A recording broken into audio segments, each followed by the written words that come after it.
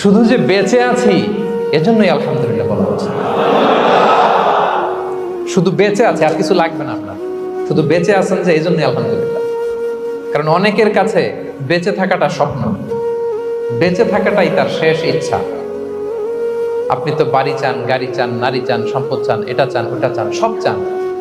ক্যান্সারে আক্রান্ত রোগী 4th স্টেজে চলে গেছে, হসপিটালে যেয়ে ওনারা জিজ্ঞেস করেন, ভাই আপনি কি চান? গাড়ি, বাড়ি, সম্পদ, কি চান ভাই? বলবে, ভাই আমি শুধু বাঁচতে চাই। 4th স্টেজে চলে গেছে, ক্যান্সারে আক্রান্ত, ও কি চায়?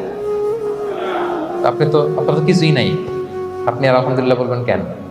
বেঁচে যা আছেন এটা তো আপনার মাথায় আসে না, যেটা এটাও যে একটা বড় নেয়ামত।